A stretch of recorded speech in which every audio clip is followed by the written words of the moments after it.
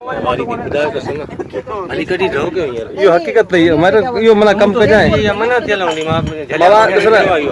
हां हां गिरे फ्रूट अरे वो तो नहीं बाकी हमरा लाइव जरी आए ना खबर देठो देठो लिखियो छाए काम अच्छा अगर जे तो तू भी गम कराइंदे ये जो यो तो शैतान की पाण शुरू कई है ना तो बस इने में तो गाड़ी हम कोन थींदे है ना माता ले खाया तो ये 203 में क्या था मजू सतालार साहब का वेरी सोच रहा मोहब्बत सोनू ये सब माइटो ओ भाई खास के लिए ओ भाई खास के लिए थैंक यू सुभायो खास के लिए ओ भाई खास के लिए साईं सामानु ॾिसंदा तो हींअर असां सेट ते वेठा आहियूं लकीर ड्रामा उर्दू ड्रामा सीरियल जी सतालाड़ा साहब दू तव्हां पर करायो आहे छा इहो सीन कहिड़े क़िस्म जो तव्हां कंदा ही असल में सीन नाइट जी आहे जी जी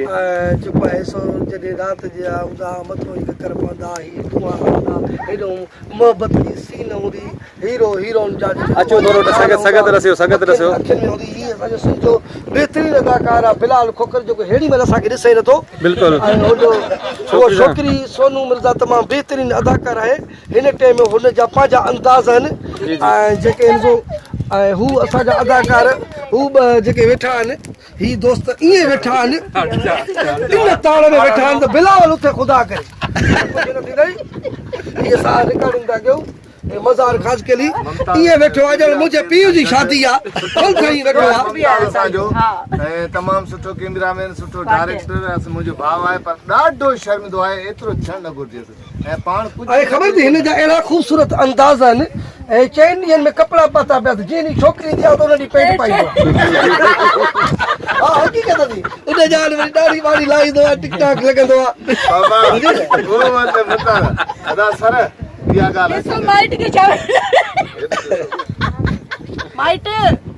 दिसी रटो बस बाबा माइट ये न कर आओ देखो करा ये खास के लिए चाहे यो ये माइट्रो साईं बाबा माइट्रो काढे दो जी अजू खबर पई त मुमताज खास के लिए सोनू मिर्जा पाण माइट भी है बाबा माइट्रो नहीं है मुझे अजू खबर पई त सोनू मिर्जा पर सोनू खास के लिए और मुमताज खास के लिए पाण माइट हाँ अजू कोनी सोनू खास के लिए सोनू मुमताज खास के लिए